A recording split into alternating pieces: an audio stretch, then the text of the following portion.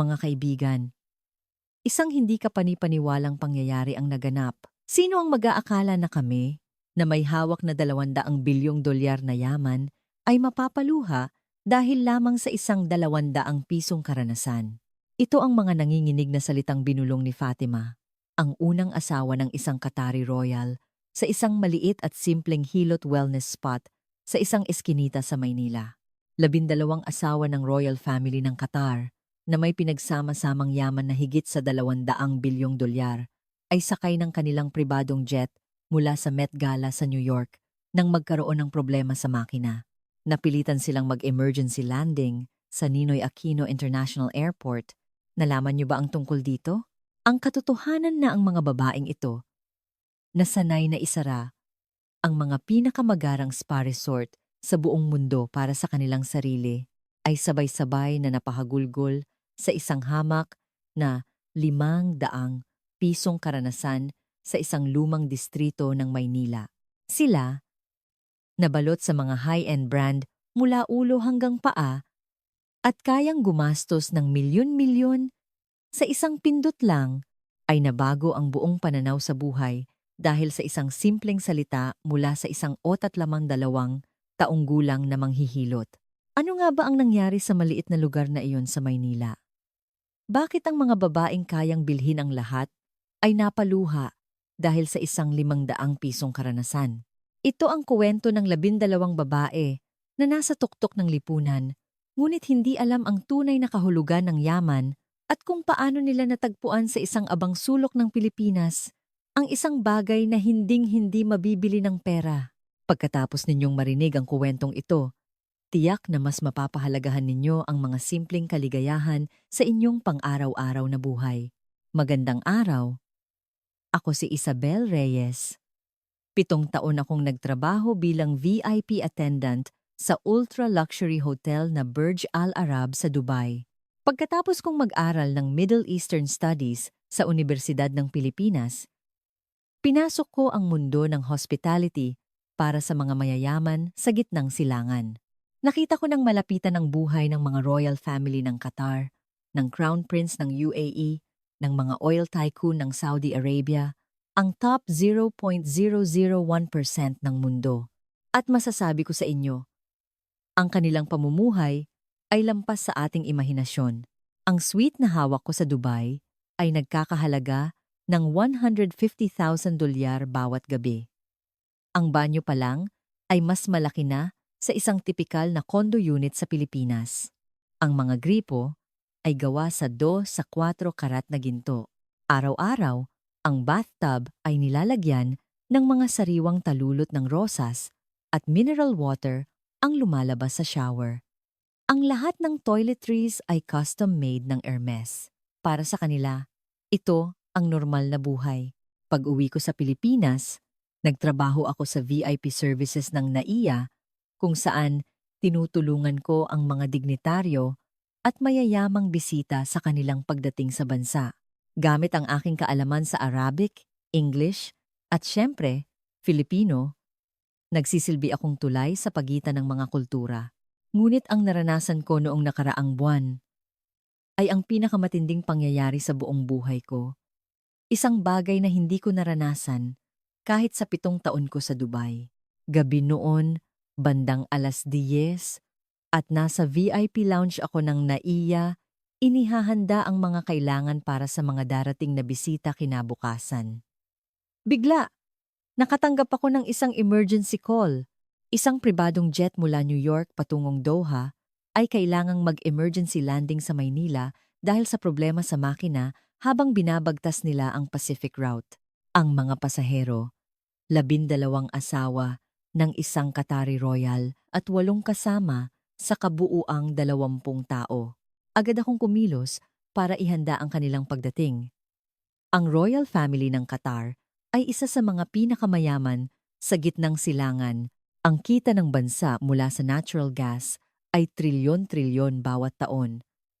At ang yaman ng kanilang angkan ay hindi masukat. Para sa kanilang mga asawa, kailangan ang pinakamaingat na pag-aasikaso. Una kong tiningnan ang listahan ng mga pasahero. Sa 12 asawa, Apat ang sentro ng biyaheng ito. Unang-una si Fatima, 48 taong gulang, ang unang asawa ng panganay na anak. Mula siya sa isang tanyag na pamilya sa Qatar at ikinasal sa royal family sa edad na 88. Sa loob ng 30 taon, ginampanan niya ang papel bilang perpektong mukha ng royal family. Ngunit sa mga nakalipas na taon, nanlamig na ang relasyon nila ng kanyang asawa at madalas na siyang nag-iisa sa gabi sa kanilang malawak na palasyo. Ang apat niyang anak ay nag-aaral sa mga prestihiyosong unibersidad sa UK at US. Mayroon siyang 63 na katulong, ngunit wala ni isang makausap. Isa lang yata akong palamuti sa palasyong ito, ang lihim niyang isinulat sa kanyang talaarawan. Sa Met Gala sa New York, bumili siya ng 3 haute couture na damit na nagkakahalaga ng $4,000 bawat isa, ngunit hindi nito napunan ang kahungkagan sa kanyang puso. Masaya lang ako kapag namimili. Pag-uwi ko sa bahay, malungkot na ulit. Kaligayahan ba ito? Sa likod ng kanyang eleganteng anyo, may malalim na anino ng kalungkutan. Sumunod si Sarah. 22 taong gulang, ang pangatlong asawa. Bago ikasal, siya ang pinakasikat na fashion model sa Qatar. May taas na 69, perpektong katawan, at mahigit 5 milyong followers sa social media. Ang bawat post niya ay kumikita ng $60,000. Nabuhay siya sa paniniwalang ang kanyang kagandahan ang tanging halaga niya. Ngunit kamakailan, natatakot na siyang tumingin sa salamin. Napapansin niya ang maliliit na guhit sa gilid ng kanyang mga mata at unti-unting nawawala ang pagiging makinis ng kanyang balat. Buwan-buwan siyang nagpapagamot sa isang luxury clinic sa Switzerland, gumagastos ng $100,000 para sa hyaluronic acid injections at gumagamit ng gold-infused serum gabi-gabi. Ngunit kahit gaano kalaki ang kanyang gastusin, hindi niya mapigilan ang paglipas ng panahon. Pagkalipas ng 5 taon, ano na lang ako? Ang pangambang ito ay laging nakakubli sa likod ng kanyang perpektong ngiti. Ang pangatlo ay si Khadija, 55, ang pinakamatanda sa grupo. Ang kanyang ina ay mula sa isang mahirap na fishing village sa silangang bahagi ng Qatar. Naglalakad ng nakayapak sa dalampasigan at nagbibilad ng isda para mabuhay. Ang inang ito ang napusuan ng isang royal at dinala sa palasyo. Laging sinasabi ng kanyang ina, "Khadija, tandaan mo ito." Madaling makuha ang mga alahas. Pero ang kaligayahang makipagtawanan sa kapwa mo, hindi nabibili ng pera. Nang pumanaw ang kanyang ina, hawak ni Khadija ang kamay nito habang naririnig ang mga huling salita. Ang tunay na kaligayahan ay nasa pagbabahagi. Ngunit sa halos 40 taon sa loob ng palasyo, unti-unting naglaho ang mga aral na iyon. Nasanay siya sa karangyaan, napapaligiran ng mga katulong, at hindi na niya namalayan na ni minsan ay hindi na siya nakatapak sa isang palengke. Paminsan-minsan, naaalala niya ang mga salita ng ina at nakakaramdam ng kirot sa dibdib, ngunit iniiwasan niyang isipin ang tunay na kahulugan nito. At ang pang-apat, si Muna, 28. Ibang-iba ang kanyang kwento. Nagtapos siyang summa cum laude sa London School of Economics at sumali sa pinakamalaking government investment fund ng Qatar. Sa edad na 30, naging vice president na siya, namamahala ng yaman na higit $100 bilyong. Tinagurian siyang Ice Queen ng finance world sa gitnang silangan, isang babaeng umangat sa mundo ng mga lalaki gamit ang sariling galing. Ngunit sa edad na 32, itinakda siyang ikasal sa pangalawang anak ng royal. Dahil sa tradisyon sa Qatar, kinailangan niyang iwan ang kanyang buong karera. Ang mga kamay na dating nagpapagalaw ng bilyon-bilyon ay para na lang sa pag-book ng appointment sa nail salon. Tuwing nakikita niya sa balita ang kanyang mga dating kasamahan na nagniningning sa mga international conference, nakakaramdam siya ng matinding panghihinayang. 6 na taon na niyang hinahanap ang sagot sa tanong na iyon. Ang 8 iba pang asawa ay may kani-kaniya ring kwento ng kahungkagan sa likod ng marangyang buhay. Ngunit bawal itong pag-usapan. Ang isang asawa ng royal ay hindi maaaring maging malungkot. Iyon ang kanilang hindi nakasulat na kasunduan. 10:30 ng gabi nang lumapag ang pribadong jet sa NAIA. May nakitang lamat sa isang special turbine blade ng makina at kailangang magpadala ng pyesa mula pa sa Qatar. Aabutin daw ng hindi bababa sa 3 araw. Nagkagulo ang lahat sa loob ng eroplano. Pagbaba ng 12 babae sa hagdanan, napalunok ako. Kumikinang sila. Hermes Birkin bags, Chanel tweed jackets, Cartier diamond necklaces. Bawat isa sa kanila ay may suot na alahas na nagkakahalaga ng milyon-milyon. Ang iba ay suot na agad ang mga damit na binili sa Met Gala. Ngunit sa kabila ng kanilang karangyaan, bakas sa kanilang mga mukha ang inis. Si Fatima ang unang nagsalita. Ikaw si Miss Isabel, tama? 3 araw lang. I-book mo kami sa pinakamagandang suite at magpa-reserve ka sa isang Michelin 3-star restaurant. At pakihanda na rin ang transportasyon papuntang Chanel at Hermes sa Greenbelt. Ayaw naming mag-aksaya ng oras. Kinuha naman ni Sarah ang kanyang smartphone. Nakakainis? Mula New York, sa Maynila pa napadpad. Ano ba yan? Habang sinasabi ito, naghahanda na siyang mag-post sa social media. Hindi ko na lang pinansin ang kanyang mga sinabi. Natutunan ko na sa aking karanasan na ang unang impresyon sa mga ultra-rich ay madalas na iba sa kanilang tunay na pagkatao. Dinala ko sila sa VIP lounge at ipinaliwanag ang sitwasyon dahil hating gabi na. Sa isang hotel, malapit sa airport muna sila magpapalipas ng gabi at kinabukasan ay ililipat ko sila sa isang hotel sa sentro ng syudad. Kalmadong nagtanong si Muna. Anong level ng hotel? The Peninsula? Shangri-La? At the Fort? Dahil biglaan po ang pag-book? Sa isang malinis na business hotel po muna tayo? Malapit sa airport? At bukas po ay ihahanda ko na ang inyong paglipat sa isang luxury hotel sa Bonifacio Global City. Sabay-sabay na nanigas ang kanilang mga mukha. Business hotel? Hindi makapaniwalang tanong ni Sarah. Ngayon ko lang narinig ang salitang, yan, sumimangot si Fatima. Miss Isabel, alam mo ba kung sino kami? Kami ang royal family ng Qatar. Kahit ang mga katulong namin, hindi tumutuloy sa ganoong lugar. Magalang akong nagpaliwanag. Dahil po sa biglaang pangyayari, para po sa gabing ito lang. Bukas po, sisiguraduhin kong ang pinakamahusay na serbisyo ang matatanggap ninyo. Si Khadija lang ang nagsalita ng mahinahon. Hayaan na ninyo. Pasalamat na lang tayo at may masisilungan. Sabi nga ng nanay ko, ang taong sanay sa luho, mas mahirap makontento. Nagpakita ng magkahalong emosyon ang iba, ngunit dahil hating gabi na, pumayag na rin silang magtungo sa hotel. Gaya ng inaasahan, pagdating sa business hotel malapit sa airport, hindi maganda ang kanilang reaksyon. Nagulat sila sa liit ng lobby, sa sikip ng elevator, at natigilan pagbukas ng pinto ng kanilang mga kwarto. Sumigaw si Sarah. Mas malaki pa ang walk-in closet ko rito. At itong banyo, parang kulungan lang ng aso ko. Tahimik na umupo si Fatima sa kama, ngunit halata sa kanyang mukha ang pagkadismaya. 3 araw. 3 araw lang natiis. Bulong niya sa sarili. Ngunit may isang bagay na ikinagulat nila. Ang kalinisan ng kwarto, mahinang sinabi ni Muna. Ang liit ng kwarto, pero walang bahid ng alikabok. Ang mga kumot at tuwalya, perpektong nakaayos. Trabaho ito ng isang tunay na propesyonal. Ang kanyang mga mata, na sanay sa pagninegosyo, ay nakita agad ang kalidad ng serbisyo. Oo, maliit ang kwarto, ngunit malinis hanggang sa kaliit-liitang sulok. Ang mga gamit ay nakaayos ng may sukat. Ang mga tuwalya ay nakatupi ng perpekto.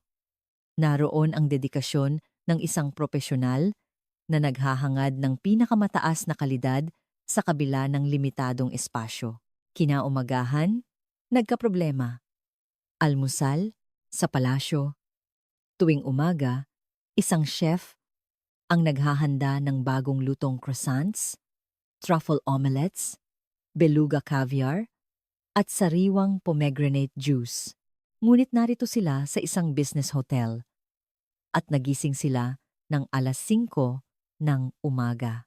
Ang tanging available ay ang mga vending machine sa lobby. Saan kami pwedeng mag-almusal?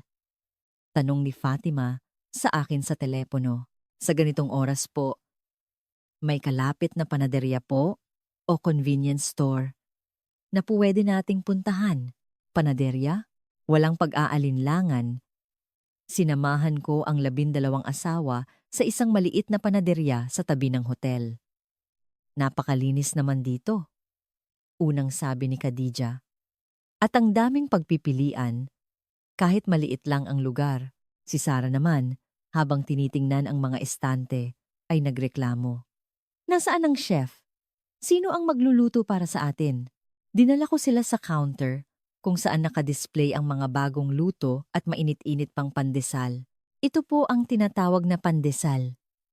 Isang uri ng tinapay na paborito ng mga Pilipino sa umaga. 5 piso lang po ang isa. 5 piso? Kinuwenta ni Muna. Katumbas lang yan ng kalahating Qatari Riyal.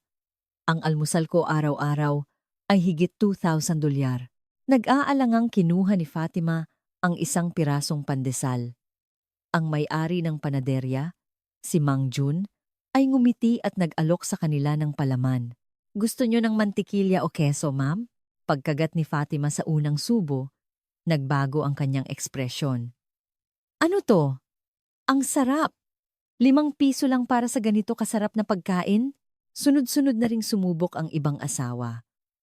Si Muna, habang kumakain ng kanyang pangatlong pandesal, ay nagsabi, hindi ka pani-paniwala.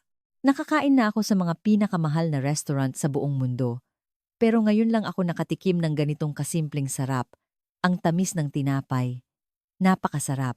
Tahimik na nakangiti si Khadija. Siguro ganito rin kasimple ang kinakain ng nanay ko noon sa aming fishing village. Nang magbabayad na sa cashier, kinuha ni Sara ang kanyang wallet at naglabas ng 1,000 pisong bill. Ang kabuuan para sa pandesal at kape ng 12 tao ay 350 piso lang. Pagkatanggap ng sukli, inabutan ni Sara ng isa pang 1,000 pisong bill ang cashier na si Aling Rosa. Tip. Dahil masarap, nagulat si Aling Rosa at iwinagayway ang kanyang mga kamay. Naku, ma'am, hindi po kailangan. Sapat na po ang kasiyahan ninyo. Nang isalin ko ito sa kanila, nagtaka si Sara. Hindi tumatanggap ng tip. Bakit? Sa Dubai, Paris, New York, lagi kaming nagbibigay ng tip. May nagawa ba akong masama? Nakangiting sumagot si Aling Rosa. Ang ngiti po ninyo kapag nasasarapan kayo. Yun na po ang pinakamalaking sahod para sa amin. Balik po kayo. Nang isalin ko ang mga salitang iyon, biglang nagbago ang ekspresyon ni Muna. Ang ngiti ng customer ang sahod nila? Kahit ang isang simpleng tindera, ganito ang sinasabi? Naalala niya noong pinapatakbo niya ang $100 bilyong na pondo ni minsan ay hindi niya nasabi ang mga ganoong salita sa kanyang mga tauhan. Kinagabihan, inilipat ko sila sa isang hotel sa Maynila. Hindi ito isang 5-star hotel, kundi isang boutique hotel na may temang Filipino. Ang mga kwartong may sahig na kahoy, mga bintanang kapis, at isang hardin. Pag check-in, isang matandang babae, ang may-ari na si Mrs. Santos, 28 taong gulang, ang sumalubong sa kanila. Welcome po sa aming munting tahanan. Magpahinga po kayo. Sabi niya, nang may ngiti, napansin ni Khadija ang mga salitang iyon. Galing sa puso. Iba sa mga staff ng luxury hotel sa Dubai. Pagdating sa kwarto, dinalhan sila ni Mrs. Santos ng tsaa. Tinitigan niya ng mabuti ang mukha ni Sara. Hija, mukhang pagod na pagod ka. May maitim sa ilalim ng iyong mga mata. Dahil ba sa mahabang biyahe? Nang isalin ko ito, nagulat si Sara. Paano niya nalaman? Totoo, halos hindi ako nakatulog kagabi. Kahit ang personal doctor ko sa Dubai, hindi ito napapansin. Ngumiti si Mrs. Santos. 40 taon na akong nagpapatakbo ng hotel na ito. Sa pagtingin pa lang sa mukha ng bisita, alam ko na kung ano ang nararamdaman nila. Sandali lang, pumunta si Mrs. Santos sa isang kalapit na butika at bumili ng salabat ginger tea at ginger candies. Ito ay tradisyonal na gamot sa Pilipinas. Nagpapainit ng katawan at nag-aalis ng pagod. At itong candy, makakatulong sa tiyan mo. Nagtatakang nagtanong si Sarah. Magkano po? Iwinagayway ni Mrs. Santos ang kanyang kamay. Wala yon. Trabaho kong siguraduhin na maayos ang pakiramdam ng mga bisita ko. Sumabat si Fatima. Sa Dubai, kung masama ang pakiramdam namin, tatawag kami ng doktor. $1,000 bawat pagbisita, pero itong may-ari ng hotel, siya mismo ang tumakbo para bumili ng gamot at ayaw tanggapin ang bayad. Bakit? Sumagot si Mrs. Santos na para bang ito ang pinakanormal na bagay. Ang mga bisitang tumutuloy dito, para na naming pamilya. Kung may sakit ang pamilya mo, natural lang na ibili mo sila ng gamot, hindi ba? Pamilya? Ngayon lang kami nagkita. Pero pamilya na? Bulong ni Muna. Pagkatapos uminom ng salabat, naramdaman ni Sarah ang init na kumalat sa kanyang katawan. Ano to? Mas epektibo pa yata sa mga mamahaling supplements ko sa Dubai. Mainit mula sa loob. Tinitigan ni Khadija ang mga kamay ni Mrs. Santos. Mga kamay na medyo magaspang dahil sa pag-aasikaso sa mga bisita. Ngunit ang mga kamay na iyon ay mas mainit kaysa sa mga kamay ng personal na doktor sa palasyo. Ganito rin ang mga kamay ng nanay ko. Magaspang dahil sa pagbibilad ng isda at pag-aalaga sa aming magkakapatid, pero napakainit. Pagkatapos mag-ayos, lumabas ang unang problema. Paano nila gugugulin ang 3 araw? Iginiit ni Fatima na mamili sa mga luxury brand sa Greenbelt. Nandito na rin lang tayo sa Pilipinas, dapat nating puntahan ang pinakamalalaking tindahan ng Chanel. Sumang-ayon si Sarah. Greenbelt, Bonifacio High Street. Rockwell. Shopping tayo. Ngunit naglakas loob akong magmungkahi ng iba. Mayroon po akong lugar na gustong-gusto kong iparanas sa inyo. Ang Quiapo. Quiapo? Kunot noong tanong ni Fatima. Anong klaseng luxury district yan? Hindi po ito luxury district. Isa po itong lumang lugar kung saan makikita ang mga tradisyonal na pamilihan at ang tunay na buhay ng mga Pilipino. Kung gusto ninyong makilala ang totoong kultura ng Pilipinas, mas maganda pong makita ninyo ang Quiapo kaysa sa Greenbelt. Agad na tumanggi si Sarah. Buhay ng ordinaryong tao? Hindi kami ordinaryong tao. Bakit kami pupunta sa ganoong lugar? Sumang-ayon si Fatima. Miss Isabel, ano ang gusto mong ipakita sa amin? Alam mo ang antas ng aming pamumuhay. Ngunit nagsalita si Khadija. Mukhang interesante. Gusto kong pumunta. Madalas sabihin ng nanay ko, ang tunay na kayamanan ay nakatago sa mga lugar na hindi kapansin-pansin. Ang mga brand sa Greenbelt, mayroon din yan sa Doha at Paris. Pero ang Quiapo, dito lang natin makikita. Tahimik na tumango si Muna. Totoo, kung ordinaryong shopping lang, kahit saan puwede. Dahil hindi naman planado ang pagtigil natin dito. Bakit hindi natin subukan ang isang bagay na hindi karaniwan? Napilitang sumang-ayon si Fatima sa mungkahi ni Khadija. Bilang pinakamatanda, may bigat ang kanyang salita. Sige, pero kapag hindi ko nagustuhan, aalis tayo agad at pupunta sa Greenbelt. At sa gayon, ang 12 asawa ng Qatari Royal, balot sa mga high-end brand, ay tumungo sa isang pamilihan sa Quiapo. Ang pagsakay sa jeepney ay isang bagong karanasan para sa kanila. Sanay sila sa pribadong jet, limousine, at Rolls-Royce, laging may kasamang driver. Dito tayo sasakay? Kasama ang maraming tao? Nag-aalangang tanong ni Sarah. Itinuro ko kung paano magbayad na ipinapasa ang bayad hanggang sa makarating sa driver. Bayad po, sabi ni Sarah, nang may pag-aalinlangan. Nang buksan ng driver ang radyo at tumugtog ang isang OPM song, nagulat sila. Sa loob, napatingin ang ibang pasahero. Siyempre, 12 magagandang babae mula gitnang silangan, balot sa Hermes at Chanel, ang nakasakay sa jeep. Ngunit pagkatapos ng isang saglit na pagtataka, bumalik sila sa kanilang mga ginagawa. Pinagmasdan ito ni Muna. Walang nakatitig ng matagal sa Qatar. Titingnan kami ng may pagkamangha.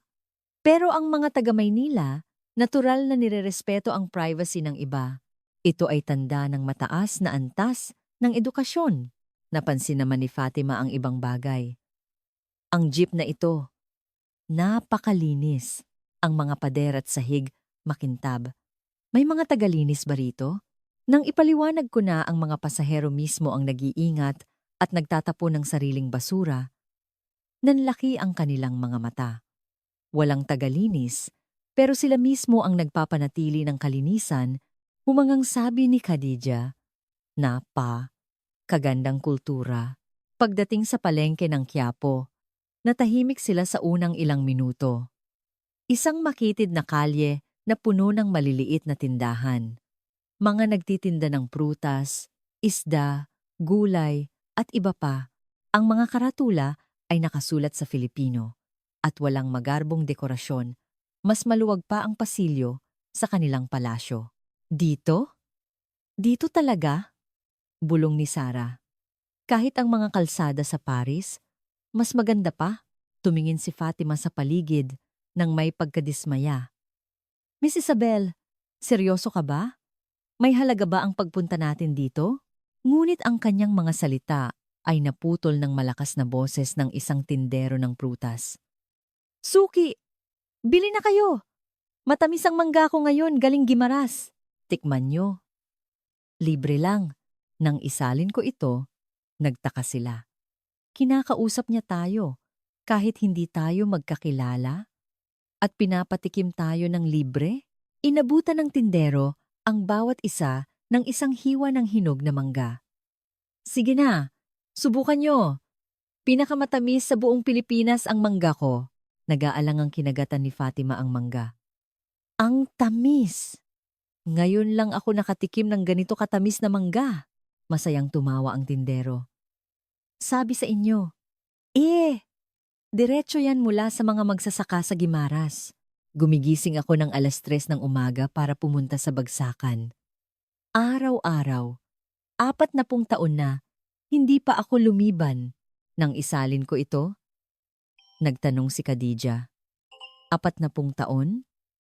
Araw-araw, 3:00 ng umaga? Bakit po? Sumagot ang tindero na parabang ito ang pinakasimpleng bagay. Para mapatikim ko sa mga customer ko ang pinakamasarap na prutas. Itong mga tao sa palengke, inaabangan nila ang mangga ko.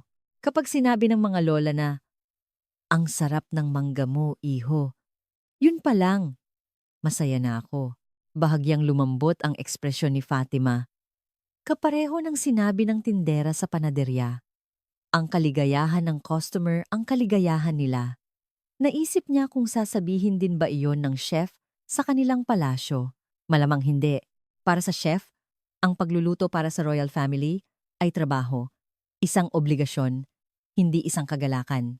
Habang naglalakad, nakita nila ang isang maliit na tindahan ng kakanin rice cakes. Mula sa loob, umaangat ang singaw at naamoy ang matamis na aroma ng niyog at bigas. Ang may-ari, si Aling Nena, ay 65. Naku, mga dayuhan pala. Tuloy po kayo. Tikman ninyo ang puto bumbong ko. Inihain ni Aling Nena ang bagong lutong puto bumbong sa dahon ng saging na may kasamang niyog at asukal. Pagkasubo ni Muna, nanlaki ang kanyang mga mata. Ano to? Ang tamis at napakalambot. Parang ulap. Masayang tumawa si Aling Nena. Pangatlong henerasyon na kami sa paggawa nito. 50 taon na naming sinusunod ang resip ng lolo ko. Araw-araw, 2:00 ng umaga, nagsisimula na ako sa pagbabad ng malagkit na bigas. Ang mga sangkap, simple lang. Malagkit, tubig, niyog, at puso. Puso? Tanong ulit ni Muna. Oo, puso. Ang kakanin, parang buhay na bagay yan. Depende sa panahon, nag-iiba ang kailangan. 50 taon ko nang ginagawa. Pero bawat araw, seryosong trabaho. Kapag nagpabaya ka, lalabas agad sa lasa. At ang mga customer, tapat yan. Tinitigan ni Muna ang mga kamay ni Aling Nena. Malaki at magaspang, ngunit ang mga kilos ay pino. Ang mga kamay na iyon ay hinahawakan ang isang 50 pisong kakanin na parang isang hiyas. Aling Nena, pwede po bang magtanong? Magkano po ang kinikita ninyo sa isang taon? Natigilan si Aling Nena. Pagkatapos ay malakas na tumawa. Naku, Hija! Hindi ko iniisip yan. Basta't nakakakain ng pamilya ko. May mga bumibili. At nakakagawa ako ng masarap na kakanin. Sapat na yon. Pero hindi po ba ninyo gustong kumita pa ng mas malaki o palakihin ang negosyo? Umiling si Aling Nena. Kung palalakihin ko, hindi ko na matututukan. Kung gagawin kong maramihan, bababa ang kalidad. Walang saysay yun. Ang mahalaga, nakikita ko ang mukha ng mga customer ko at bawat isa ay ginagawa ko ng may puso. Yan ang tindahan ko. Pagkatapos kong isalin, may luha sa mga mata ni Muna. Ako, bilang Vice President, nagpatakbo ng $100 bilyong. Nakipag-usap ako sa mga pinakamalalaking investor sa buong mundo. Laging hinahabol ang mas malaking numero. Pero itong babaeng ito, sa isang 50 pisong kakanin, nararamdaman niya ang isang kasiyahang hindi ko kailanman naramdaman. Hinawakan ni Muna ang mga kamay ni Aling Nena. Aling Nena, siguro po kayo na ang pinakamayamang taong nakilala ko. Nahihiyang ngumiti si Aling Nena. Naku, ngayon lang ako nasabihan yan. Pero oo, masaya ako. Dahil bukas, makakagawa na naman ako ng masarap na kakanin. Sa dulo ng palengke, may isang maliit na patahian. Isang lumang karatulang gawa sa kahoy ang nakasabit. Bordahan ni Lola Carmen. Sa loob, isang matandang babae. Si Lola Carmen, 70. Nako, mga dayuhan, tuloy kayo, sabi niya. Ipinakita niya ang kanyang gawa. Isang barong Tagalog na gawa sa pinya, fiber, na may napakadetalyadong burda. Ang pagbuburda ay parang pag-aalaga ng halaman. Kailangan ng pasensya, pagmamahal, at oras. Kinuha ni Sarah ang isang panyong may burda. Ang ganda! Parang alahas. Gaano po katagal gawin ang isang ganito? Ngumiti si Lola Carmen. Ang isang panyong ganyan? 1 linggo. Pero para matutunan kung paano magburda ng ganito kaganda, inabot ako ng 40 taon. 40 taon? Hindi makapaniwalang sabi ni Sarah. Aw, noong nagsisimula pa lang ako, 5 taon na puro pag-practice lang ng tuwid na tahi ang pinapagawa sa akin. Araw-araw, paulit-ulit, tinanong ko ang aking guro. Bakit po ganito na lang lagi? Sabi niya.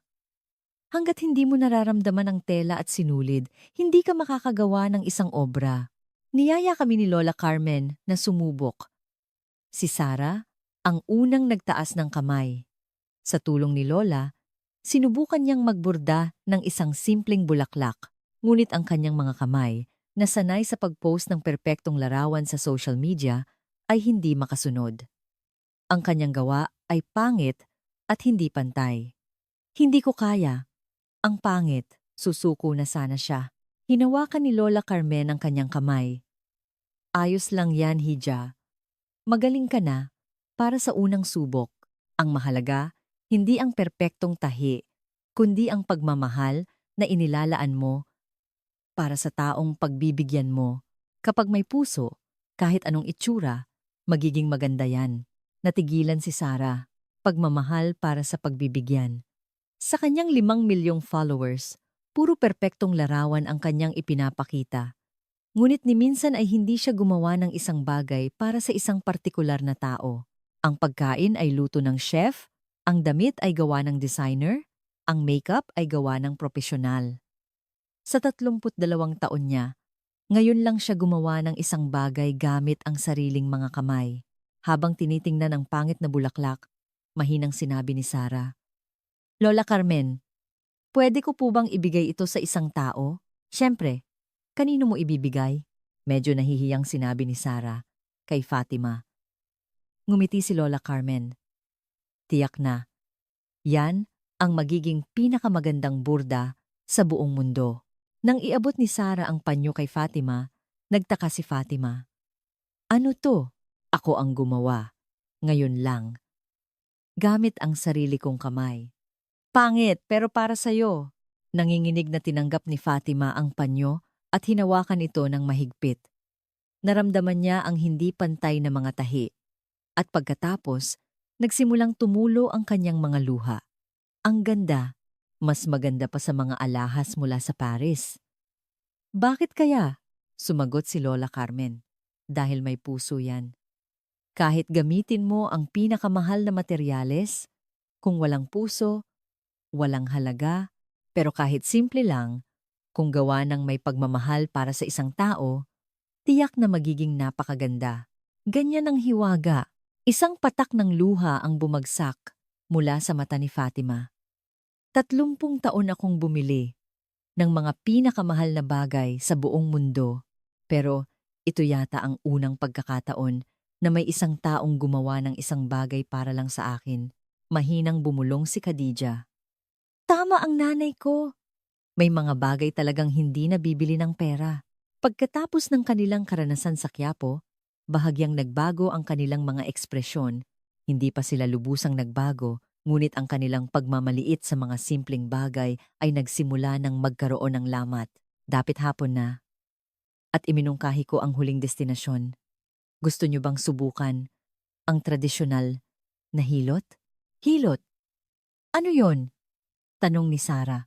Isang tradisyonal na masahe ng mga Pilipino. Isang paraan ng pagpapagaling. Masahe? Kunot noong tanong ni Fatima. Sa isang pampublikong lugar? Hindi po pampubliko. Isang maliit at simpleng lugar. Ang bayad po ay 200 piso. Natawa si Sarah. 500 piso? Ang spa na pinupuntahan namin sa Dubai. $1,000 bawat sesyon.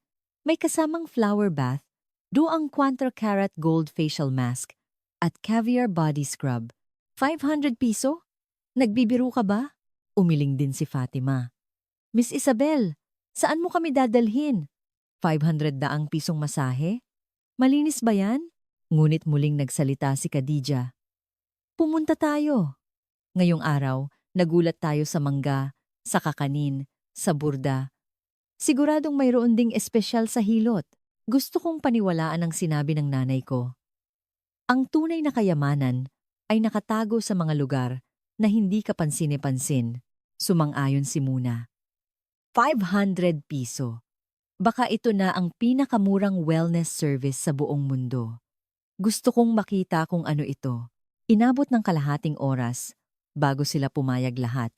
Ngunit sa huli, ang 12 asawa ay pumunta sa isang maliit na hilot spot. Pagkakita sa labas, natigilan si Sarah. Ito? Ito ang lugar? Isang maliit na bahay na may karatulang hilot ni Nanay Elena. Mula sa bintana, naamoy ang pinakuluang dahon ng saging at langis ng niyog.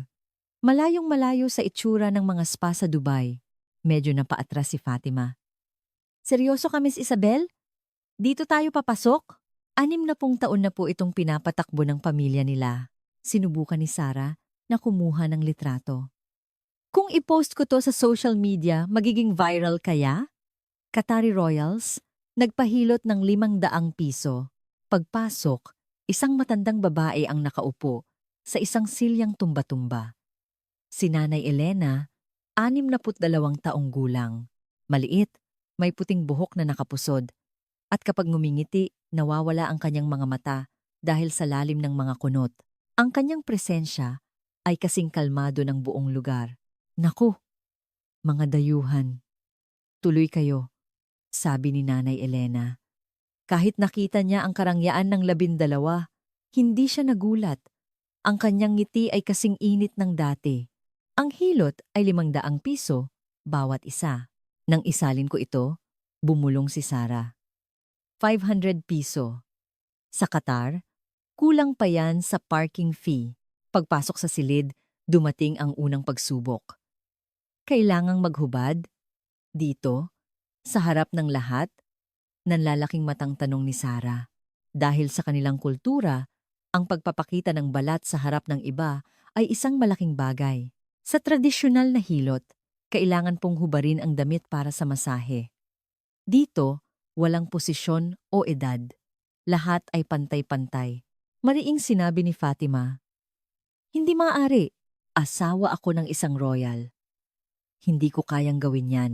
Ngunit isang regular na customer, si Aling Tasing, 78, ang nakatingin sa amin.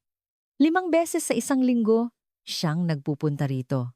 Nang ipaliwanag ko ang sitwasyon, ngumiti siya. Alam nyo, mga hija, dito, ang CEO, ang tindera, ang doktor, ang kasambahay, lahat pare-pareho lang. Kapag naghubad ka na ng damit, walang mayaman o mahirap, lahat kami. Lola lang, masarap sa pakiramdam.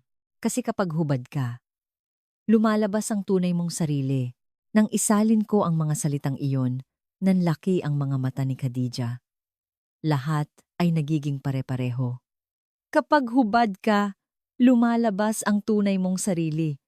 Naalala ni Khadija ang sinabi ng kanyang ina, ang tao, hubad noong ipinanganak, hubad din kapag namatay.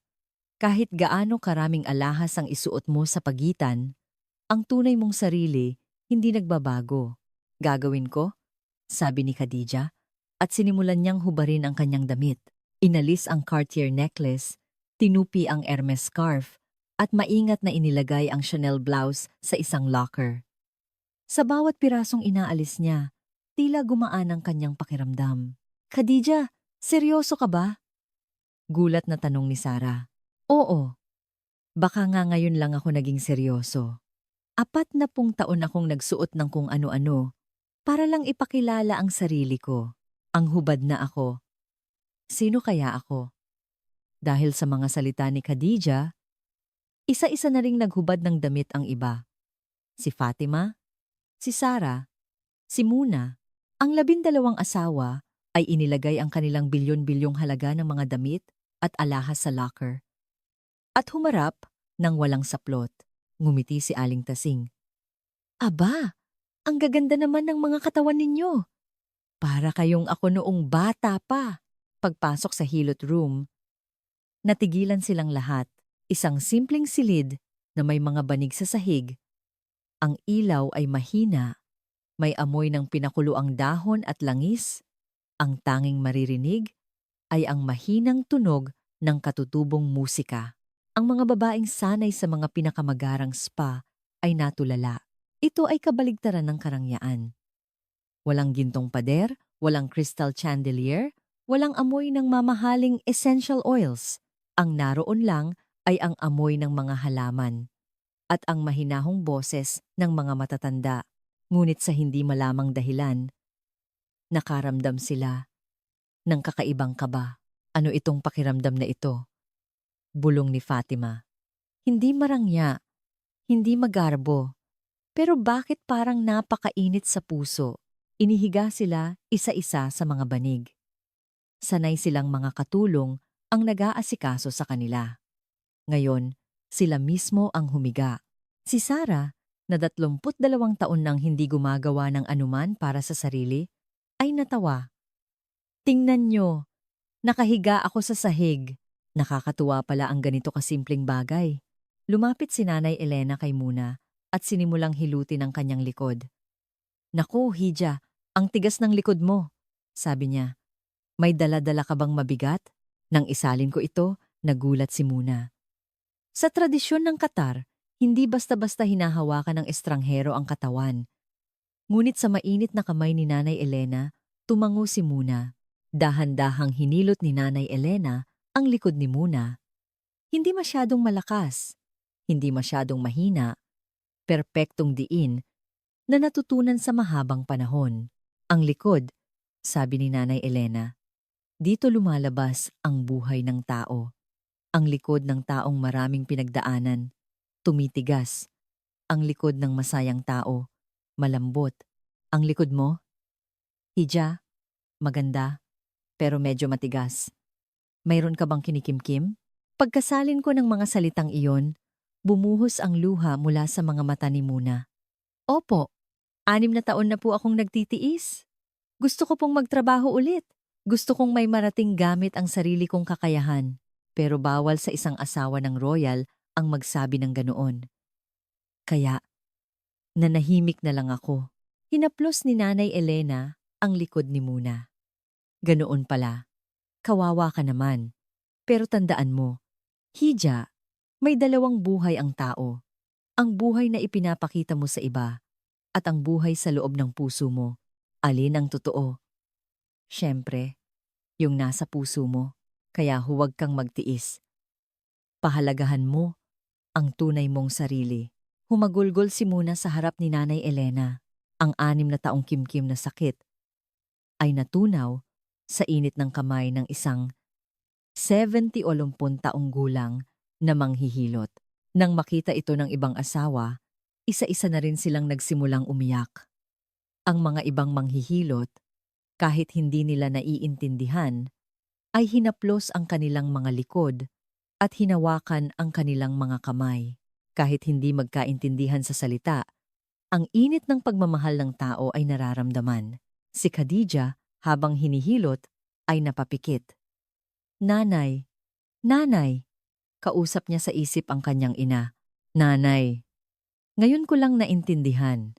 Ang sinasabi niyo, ang tunay na kaligayahan ay nasa pagbabahagi. 40 taon akong mag-isa sa palasyo.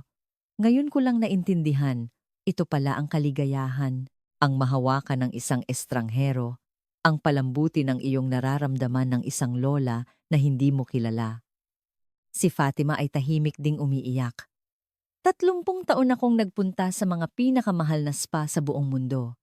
Dubai, Paris, Milan, New York, $1,000 bawat session. Pinapahira ng pinakamahal na langis.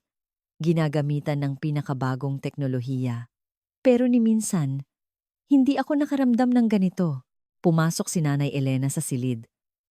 Nang makita niya ang 12 umiiyak, bahagya siyang nagulat, ngunit agad na bumalik sa kanyang mahinahong anyo. Umiiyak kayo? Ayos lang yan. Dito, pwedeng umiyak.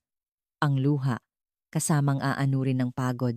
Ang lugar na ito, hindi lang katawan ang nililinis, kundi pati puso. Nang isalin ko ito, niyakap ni Fatima ang kanyang mga tuhod. Pati puso, nililinis. Kaya pala kami umiiyak. Ang 30 taong dumi sa aming mga puso. Ngayon ay umaagos. Palabas, si Sarah, nakasandalang ulo, ay nakatingin sa kisame. 5 milyong followers. Perpektong larawan, perpektong makeup, perpektong katawan, perpektong buhay. Lahat kasinungalingan. Itong ako ngayon. Ito ang totoong ako. Walang makeup, hubad, at umiiyak. Mas gusto ko to. Napansin niyang naiwan niya ang kanyang smartphone sa locker. Ngayon lang yata nangyari to.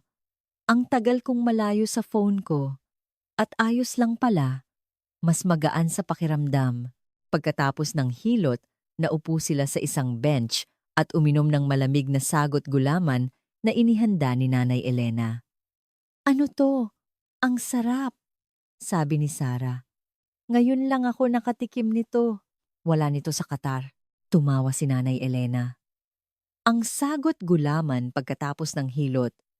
Yan ang luho ng mga Pilipino. Nagtanong si Muna kay Nanay Elena.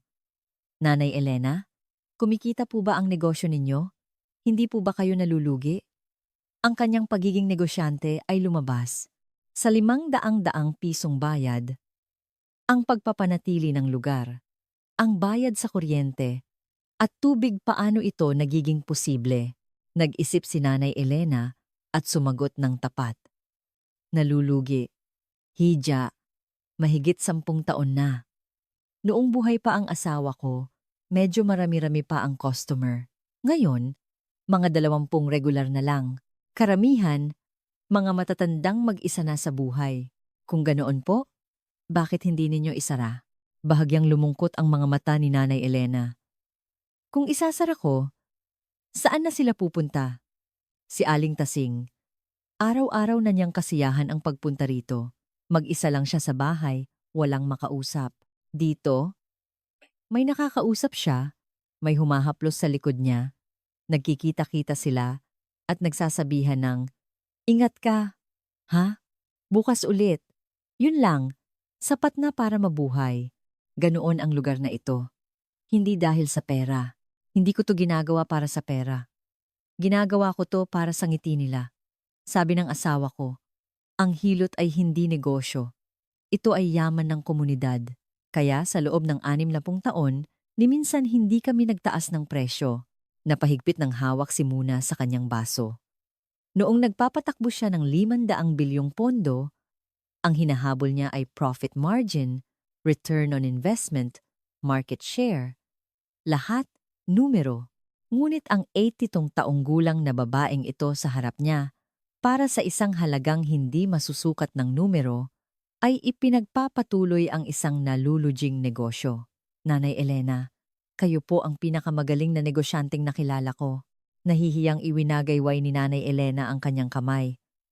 Naku, hindi naman. Isa lang akong simpleng manghihilot, mahinahong nagsalita si Fatima. Nanay Elena, pwede po bang magtanong? Masaya po ba kayo? Nag-isip si Nanay Elena, at pagkatapos ay ngumiti ng buong puso. Oo, masaya ako. Araw-araw, may dumarating na bisita at sinasabi nila, "Salamat, Nanay Elena. Gumaan ang pakiramdam ko. Yun ang yaman ko. Wala akong pera. Pero marami akong ganitong kayamanan." Sa puso ni Fatima, may isang malaking bagay na gumuho. Ang konsepto ng kaligayahan na binuo niya sa loob ng 30 taon, ang kaligayahang nakabatay sa pera, ay dinurog ng isang salita mula sa isang 42 taong gulang na lola. Kami, na may 300 bilyong dolyar, ay napaluha dahil sa isang 500 pisong karanasan. Sino ang mag-aakala? Sabi ni Fatima, at hinawakan ng mga kamay ni Nanay Elena. Nanay Elena, mas mayaman po kayo kaysa sa amin. Nakatira kami sa palasyo, napapaligiran ng daan-daang katulong, pero wala kaming ngiting tulad ng sa inyo. Wala kaming kayamanang tulad ng sa inyo. Mahinahong ngumiti si Nanay Elena. Ayos lang yan. Hija, nalaman mo na. Ang taong nakaalam na may mga bagay na hindi nabibili ng pera, tiyak na magiging masaya. Paglabas nila sa lugar, muling nilingon ni Fatima ang maliit na bahay. Kahit nalulugi, ipinagpapatuloy para sa 20 regular na customer. Mas mainit dito kaysa sa palasyo, bulong ni Fatima. Sa daan pabalik, halos walang nagsasalita. Ngunit ang katahimikan ay hindi nakakailang. Bawat isa ay may iniisip sa kanilang puso.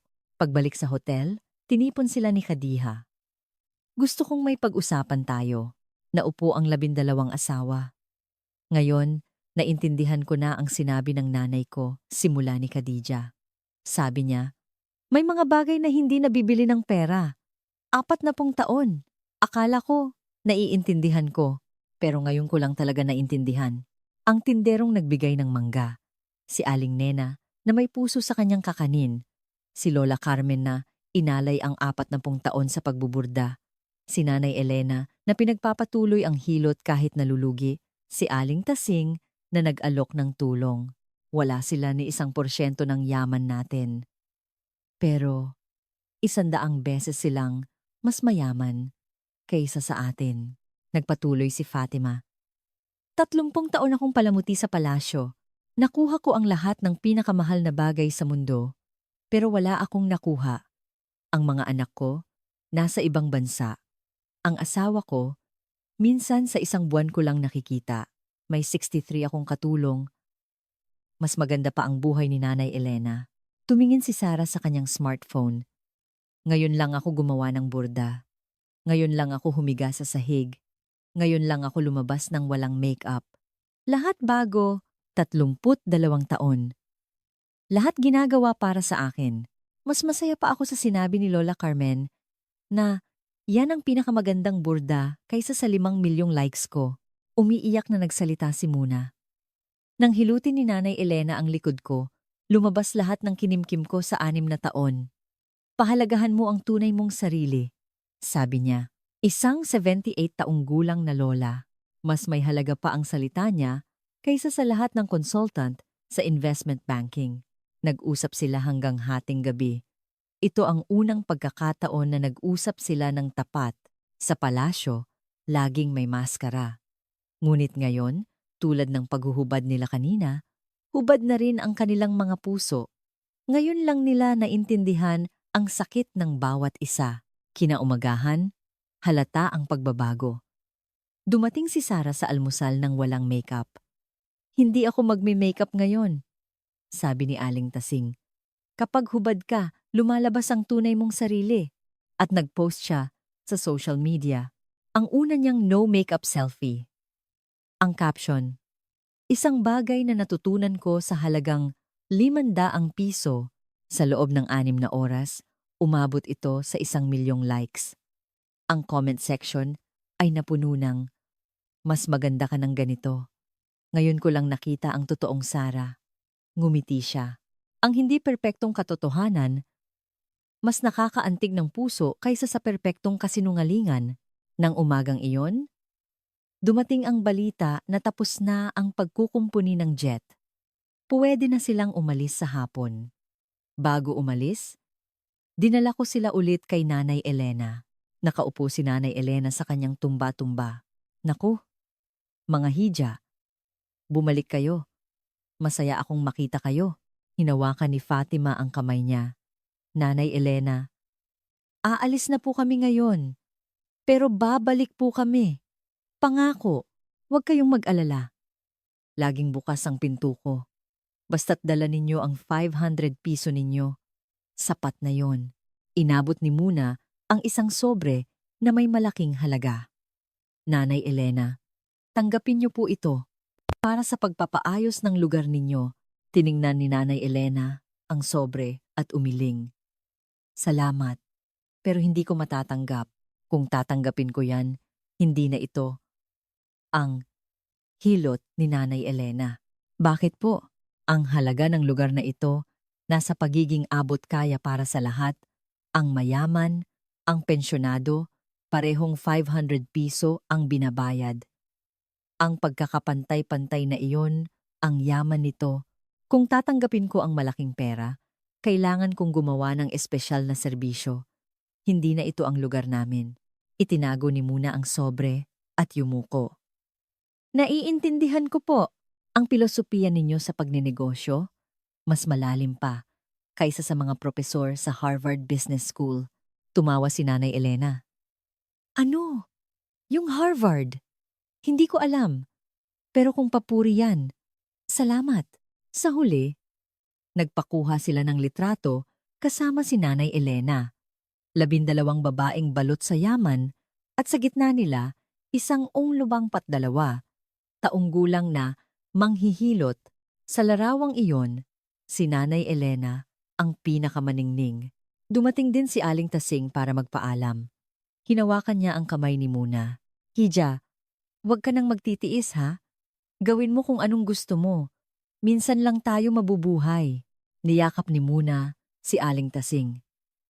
Sa taxi papuntang Naya, tahimik na nagsalita si Fatima.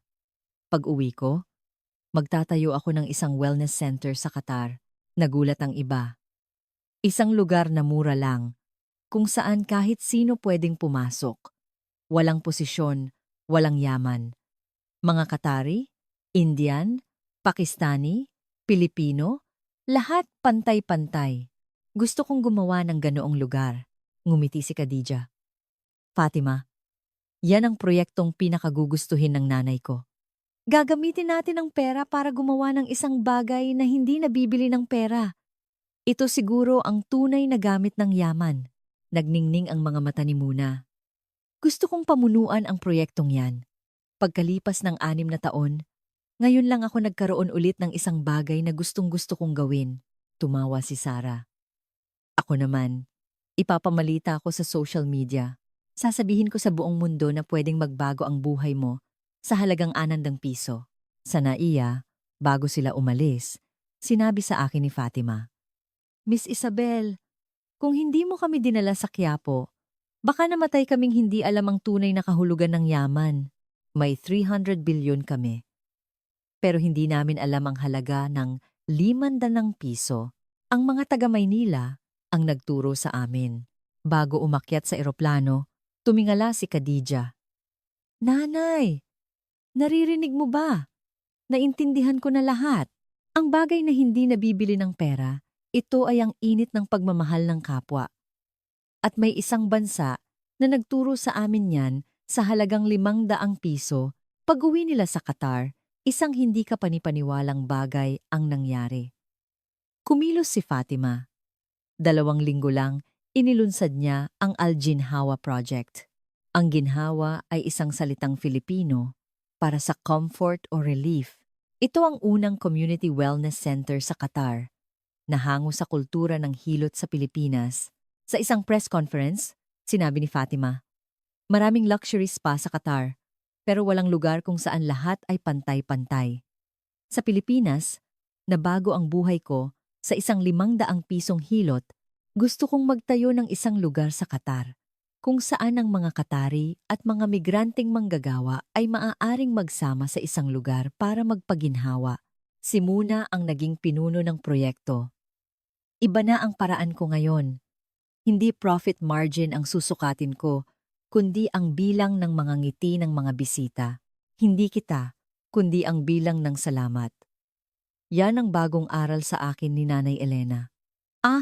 Binago ni Sarah ang kanyang social media. Binura niya lahat ng perpektong larawan at sinimulan ang tunay na ganda Real Beauty Campaign. Ang una niyang post, isang litrato ng kanyang kamay na may pangit na burda. Ang caption, ngayon lang ako gumawa ng isang bagay gamit ang sarili kong kamay. Pangit ang itsura, pero umiyak ang kaibigan kong pinagbigyan ko, sabi ng isang lola sa Pilipinas. Ang mahalaga, hindi ang perpektong anyo, kundi ang puso. Ang followers niya ay umakyat mula 5 milyon hanggang 8 milyon. Si Khadija ay nagtayo ng isang community center sa fishing village ng kanyang ina. May kasama itong maliit na wellness spot. Libre ang pagpasok. Sa opening, umiiyak siyang nagsalita. Nanay, naririnig mo ba? Ibinalik ko sa iyong bayan ang iyong mga aral. Ang lugar na ito ay puno ng aral mula sa 2 babae. Ang aking ina mula sa isang fishing village at isang 82 taong gulang na manghihilot mula sa Maynila. Magkaiba sila ng kultura pero pareho ang sinasabi. May mga bagay na hindi nabibili ng pera. At ito ay ang init ng pagmamahal ng kapwa. 6 na buwan ang lumipas at ang unang Al-Ginhawa Center ay nagbukas sa Doha. Sa opening, mahigit 1,000 tao ang pumila. Mga negosyanteng Qatari, mga construction worker mula India, mga kasambahay na Pilipino, mga taxi driver na Pakistani. Ang mga taong hindi kailanman nagkakasama ay nagkasama sa isang lugar. Itinampok ito ng Al Jazeera. Ang pamagat, ang mga asawa ng royal na binago ng 500 piso. Naging viral ito sa buong Arab world, sabi ni Fatima sa interview. Akala ko, malas na na-stranded kami sa Pilipinas. Pero ngayon, alam ko na, kung hindi dahil sa 3 araw na iyon, mamamatay akong isang palamuti. Hindi makina ng eroplano ang tumigil. Sa loob ko, may isang bagay na nagsimulang gumalaw. Nakatanggap sila ng imbitasyon mula sa Pilipinas. Isang pasasalamat sa pagpapakilala ng kulturang Pilipino sa mundo. Pagkalipas ng 6 na buwan, lumapag sila ulit sa naiya. Ibang-iba na sila. Simple ang damit, walang makeup, pero ang kanilang mga mukha, mas maningning kaysa dati. Ang una nilang pinuntahan, syempre, ay si Nanay Elena. Nakaupo pa rin siya sa kanyang tumba-tumba. Pagkakita sa 12, ngumiti siya. Mga hija, nagbalik kayo. Tumakbo si Fatima at hinawakan ang kamay niya. Opo, nanay. Nakauwi na po kami. Tumawa si Nanay Elena. Dala niyo ba ang 500 piso ninyo? Kumuha si Fatima ng 600 pisong bill mula sa kanyang wallet. Opo, magpapahilot po kami ulit. Dumating din si Aling Tasing. Nakita niya si Muna at ngumiti. Hija, nandito ka. Ang likod mo. Matigas pa ba? Tumawa si Muna. Hindi na po. Hindi na po ako nagtitiis. Habang hinihilot, nagkuwento si Fatima kay Nanay Elena. Nanay Elena, nagtayo po kami ng Hilot Center sa Qatar. Ang pangalan Al Jinhawa. Mura lang po ang bayad. Kayo po ang naging modelo namin. Nagulat si Nanay Elena. Naku, ang hamak na lugar ko naging modelo pa. Kung maririnig yan ng asawa ko, baka himatayin yun. Pero, Nanay Elena, may isang bagay na hindi namin magaya. Ano yon? Ang ngiti ninyo. Ang ngiti ninyo? Hindi kayang gawin ng pera. Ngumiti si Nanay Elena. Naku, ang ngiti. Libre lang yan. Hindi po. Ang ngiti ninyo, ngiti ng isang taong inalagaan ang isang lugar sa loob ng 50 taon. Yan po, sa 600 pisong hilot, ang pinakamahalagang bagay. Tumulo ang luha mula sa mga mata ni Nanay Elena. Sa 82 taon niya, ngayon lang niya narinig ang mga salitang iyon. Nang gabing iyon, nagsulat si Fatima ng isang liham para kay Nanay Elena. Para kay Nanay Elena, ako, na may 300 bilyong dolyar, ay natutunan ang pinakamahalagang bagay sa buhay sa isang pindaang-daang pisong hilot. Ang inalagaan ninyo sa loob ng 60 taon, hindi ang lugar o ang langis. Ito ay ang kanlungan ng mga tao. Ang kaligayahan na mayroon kang babalikan. Ang kaligayahan na may nagsasabi sa iyong, bukas ulit. Ngayon ko lang naintindihan na yan pala ang pinakamarangyang bagay sa mundo. Hanggat bukas ang pinto ninyo, laging akong babalik, hawak ang aking 500 piso. Hanggang dito na lang ang ating kuwento. Ang kuwento ng 12 asawa ng royal na binago ang buhay sa loob ng 3 araw sa Pilipinas. Nagulat sa 5 pisong pandesal, namangha sa 50 pisong kakanin, at napahagulgol sa 500 pisong hilot. Ang natagpuan nila sa isang eskinita sa Maynila ay isang bagay na hinding-hindi mabibili ng pera. Ang init ng pagmamahal ng kapwa. Ngayon, sa Maynila, si Nanay Elena ay nakaupo pa rin sa kanyang tumba-tumba, ngumingiti sa kanyang mga suki. At sa malayong Qatar, isang katulad na lugar ang nagdudugtong sa mga taong magkakaiba ang lahi at estado sa buhay. Ang kuwentong nagsimula sa 500 piso ay tumawid na ng karagatan. Sana ay nagustuhan ninyo ang kuwento. Kung oo, mangyaring mag-iwan ng like at mag-subscribe. Marami pa kaming ibabahaging magagandang kuwento tungkol sa Pilipinas. Maraming salamat sa pakikinig. Sarang Nay, nang kamang Nay, wakas ng kuwento.